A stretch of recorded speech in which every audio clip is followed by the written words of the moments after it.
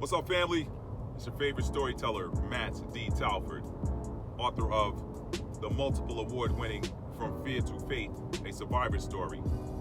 A story that will teach you how mindset can help you to overcome the most dire of circumstances. And my latest release, Stuck in an Elevator. Also, finalist for Best New Fiction of 2019 by the Book Excellence Awards. And listen, enough about my books. I know y'all haven't seen me in a while. I've been out here grinding. Look, I'm in the car right now, right? Anyway, listen, I want to hit y'all with a quick one today. And you already know what happens when I say a quick one. But I think I can get this one in quick today. So, hot topics. This would typically be a Freestyle Friday, but it's not Friday. Today is Saturday. And I'm going to hit you guys with a quick hitter on, we're going to be talking about 3 topics today. And then I'd like to get you guys' feedback in the comments, okay? So what are we talking about today, Matt? We're talking about whistleblowers, Francis Hagen, Facebook, all right? That's number 1. Number 2, we're going to talk about an epiphany I had while watching a video, just one of those, relaxing walker type tours. And by the way, that's the name of the channel. I love those. I love his videos. They kind of help me relax. It's weird. He calls it relaxing walker, and I relax by watching these videos. But there's a guy out of the nation of Israel that he walks different cities and shows you different sites and whatnot. And I like to watch his videos. But I had an epiphany while watching one of those videos. So we're gonna hit that one quick and get off of it. Y'all know certain people get sensitive about certain subject matter. Ask me if I care. I don't. Anyway, I'm keeping it real. I'm all about political correctness. I mean, not being politically correct. And that's what we're going to be talking about, the Francis Hagen thing. That's what it's going to boil down to. But last but not least, I'm going to leave you with a passage of scripture that will help you in these trying times that we're living in right now. So, let's jump right in. Francis Hagen, Facebook. Francis Hagen, Facebook whistleblower. I want to ask y'all a question. Did she really blow a whistle? I mean, really? Because what I've always considered to be whistleblowing is, first of all, telling the public something that they don't know. Okay? In that roughly 15-minute segment of 60 minutes, which I didn't watch it when it was live because I don't watch broadcast media much these days. I mean, geez, I don't think I watch an hour of broadcast media a month. I'm just keeping it 100. I don't think I get an hour of it a month. But yeah, so in that, I saw her interview on 60 Minutes on Facebook, and not Facebook, Jesus, I'm not on Facebook anymore either. I mean, I got a Facebook account, but I don't really look at Facebook anymore. Like, that might get maybe 5 minutes a week, and I log on from the browser. I took all of those apps off all my devices. No, I meant to say I saw her video on YouTube. And why am I saying that she is not a whistleblower? In fact, I think she's more of a Pied Piper, okay? Let me hit y'all up to something real quick, all right? You do know that the same people that control mainstream media, broadcast media, all of that, are the same people that sit at the top of the game that control social media, okay? So for you to sort of blow the whistle on the company that's sitting at the top of the social media game and then broadcast it using broadcast media, that's almost like, geez, I don't know, like what do they say, cutting your hand off to spite your face or something? I don't know what that saying is, but you basically are using one branch of what you control to sing on another branch, to drop dime on another branch. It's the same people. Come on, y'all smarter than that. That's a game, all right? Here's what I think is going to happen. First of all, she didn't blow any whistle because she didn't state, she pretty much just stated the obvious. Like, anybody who uses Facebook knows that these algorithms promote what this so-called hate speech.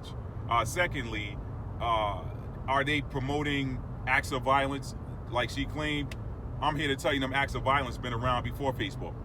So Facebook is just the newest tool that they're using to spread incendiary language. So there was nothing special about that. Okay, that stuff, you can't stop somebody from getting a message out that they want to get out. They might write it on a piece of paper. They might grab a bullhorn and go stand in the middle of a crowded square and yell whatever it is they want to yell. They might walk down the street holding signs, whatever. If somebody wants to get a message out, they're going to get it out. Facebook, social media, whatever, is just a tool, okay? So she didn't tell you anything you didn't know. Yeah, they got algorithms. The other thing she didn't tell you, the other thing that she told you that we already know, Facebook is in the business of making money. They're a for-profit company. So they're going to, whatever is buttering their bread, they're going to run with it. Am I saying that am I saying what she said is wrong? No. What I'm saying is that she stated the obvious. So when somebody comes out and says that they're blowing the whistle and they're stating the obvious, you got to look through the smoke and see what the end game is. So Matt, what would you say the end game is? I think the end game of all of this, when she's done, she already played the flute. She didn't blow a whistle, she played the flute, okay? She already played a nice tune on the flute on 60 Minutes. And supposedly she's going to be talking to Congress about, testifying about what the goings on at Facebook. And, in an ideal world, if Facebook got busted up by this, it wouldn't cause me any, I wouldn't lose a drop of sleep over it because, Facebook started out okay and it's become a little bit of a, for them 5 minutes a week I do log on, I remember why I took it off my devices. Like, it's the same stuff. It's like a bad soap opera. You can turn to it any day of the week. You can leave that soap opera alone for a year and jump right back in, and it's like you never missed it. Facebook's the same way. But anyway, what do I think is going to come out of it? I think when all is said and done, all this will have done is initiated or ushered in a new era of more stringent censorship, more stringent control of people's freedom of speech. That's what I think is going. We may not like everything that somebody's got to say, but they're an individual being. They got the right to say what they want to say. You don't have to like it, you can turn it off, right? So I think that all of this is a dog and pony show to usher in some new legislation that makes it more difficult for people to express themselves and speak their mind. Oh, don't say this, you might offend this person. Don't say that, you might offend this person. Oh, that's where this is going. That's really where all of this is headed. It's going to usher in, when all is said and done, will Facebook survive this? Probably. I don't see this. Facebook will get a slap on the wrist, they'll pay some money, whatever. But all of that's part of the dog and pony show to lull you to sleep. I told you she didn't blow the whistle, she played the flute. She's a Pied Piper, all right? Most whistleblowers, she came forward and showed her face after that, whatever. I'm telling you, I'm here to tell y'all, she didn't drop nothing. Most people with a brain don't already know. People with eyes to see that didn't already see, all right? She didn't drop nothing. So, moving right along, let's move on from her and move on to the next one, all right? An epiphany I had while watching just a walking tour through Israel. And I watch a lot of those, and you say, Matt, why are you watching these walking tours through Israel and whatnot? Well, it's because, I've always been fascinated by the land, growing up, reading scripture and all of this, and you're getting to put, a visual with the narrative that's in the scripture. And of course, when you're an Israelite, you want to see where your ancestors originated from, all right? So let me put that out there. You already know how I feel about that.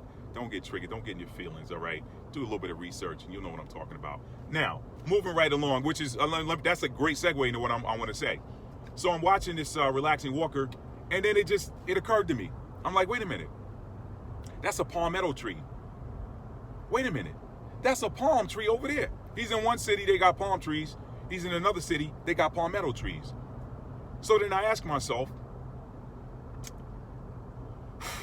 47, 48, the Declaration of the State, some people rolled up over there and said, hey, look, we got a birthright to this place. We're descendants of King David. That's what everybody say. David must have been a bad boy. He laid down a lot of seed if everybody descended to King David, right? Anyway, like David was the only man seeding up everybody, right? Anyway, we got a right to be here, whatever. And then it occurred to me, people, I'm gonna try to, even though I don't like the politically correct game, you got to be careful when you're on somebody else's platform. So, people with skin that does not have obvious melanin, let me say that does not have obvious melanin. Well, let me back up. palm trees, palmetto trees, and palm trees. They grow in the tropics. They're indigenous to the tropics. But what is not indigenous to the tropics, okay, are people that don't have melanin. And that just occurred to me. I'm like, wait a minute. Now, I mean, before some of y'all trip, y'all watch my videos, y'all know how I hit these scriptures hard and read a lot of historical documentation that discusses who these Israelites are that have not returned to their homeland. Let's keep it 100. All right, they have not returned to their homeland. They're still in the various different lands of their captivities, or the captivities of their forefathers and, you know, and whatnot, their predecessors. But you know, we got people that's posted up, you know, and they like, hey, this is us.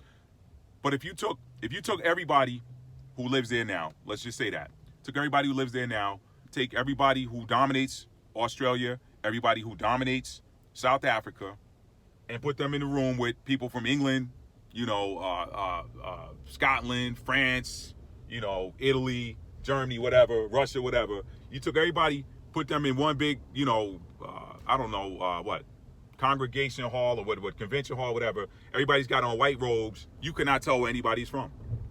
You couldn't. So how you gonna say, you know, I mean, so the point of the story is, the question, do people who look European originate in the tropics? They don't. They don't. So how you claiming? All right, that's enough. I'm gonna pull up. I'm gonna let y'all do the rest. Y'all argue that one out in the comments, or y'all debate about it in the comments or whatever. All right, so that's all on that one. Just had that epiphany. You know, palm trees and palmetto trees are indigenous to the tropics, and certain people are indigenous to the tropics, and others are not. So how are you claiming that's your house and it's been your house for 3,000 years plus? Just points to ponder. All right, last but not least, a passage of scripture that will help you get through any trying time, all right? People always saying, hey, man, you know, people out there coughing, whatever, wear your mask, be careful, all of this, that, and the third. It's a lot of stuff going on, be careful. I always fall back to Psalms 127:1. And it goes a little something like this, because I'm driving, I'm not reading it. Unless the Most High build a house, they labor in vain who build it. Right? Stay with me. Unless the Most High keeps the city, guards the city, protects the city, plug in whatever word you want to put in there. It's all the same. The scripture says in King James Version, unless he keeps the city. We'll go with that. Unless the Most High keeps the city, the watchmen are watching over it in vain. So basically, you know, what does that mean to me? You can say be careful till the cows come home, but if he ain't got you, what can you do for yourself? What can you do for yourself? That's not to say to be reckless, but I don't invite fear into my life by thinking about, you know, what somebody said or why somebody said be careful. I don't invite fear into my life, okay? And one day I'm going to read a passage from my book, From Fear to Faith, the Survivor Story, and which illustrates to you guys how fear and faith use the same mechanism for creation. You create things that you fear. In other words, you bring them about. You manifest things that you fear if you put too much energy in fearing it, and you manifest things that you have faith in. So I leave my house with confidence.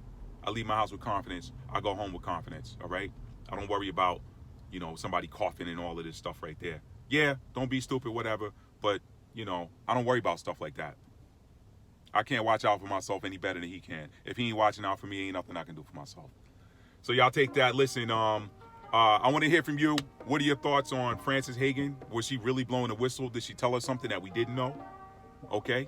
Number two, do non-melanated people originate, or are they indigenous to the tropics? And this is no slight to my non-melanated people. Look, I got friends from all walks of life. All right. I know that sounds so familiar because anyway, I'm not going to even go there. But I got friends from all cultural backgrounds, all walks of life. And one of the things they respect about me is that I speak my mind and I keep it 100 and I do it with love. Okay. So I'm just sharing with y'all an epiphany that I had while watching one of my favorite YouTubers, Relaxing Walker, illustrate, just walking through different parts of Israel and I noticed these palm trees and palmetto trees, and they're the same trees that are in. A lot of them are similar to the trees that are in Egypt. Okay, we know the story with Egypt, right? And again, so I'll leave you guys with this: do non-melanated people originate in the tropics? All right. And last but not least, Psalms 127:1. Bookmark it, memorize it, keep that in your back pocket, keep it in your heart. It's gonna keep you in times like these that we're living in. If you're new to my channel, please, and you like this video, please consider subscribing. Hit the thumbs up button and subscribe. Doesn't cost you anything. And if you're a returning viewer, thank you so much. And last but not least, if you like this video, please give it a thumbs up. If you don't like it, just leave a comment. Let us know why. Anyway, I love you guys. Tell somebody you love them and mean it. How do you mean it? You show it. Peace, y'all.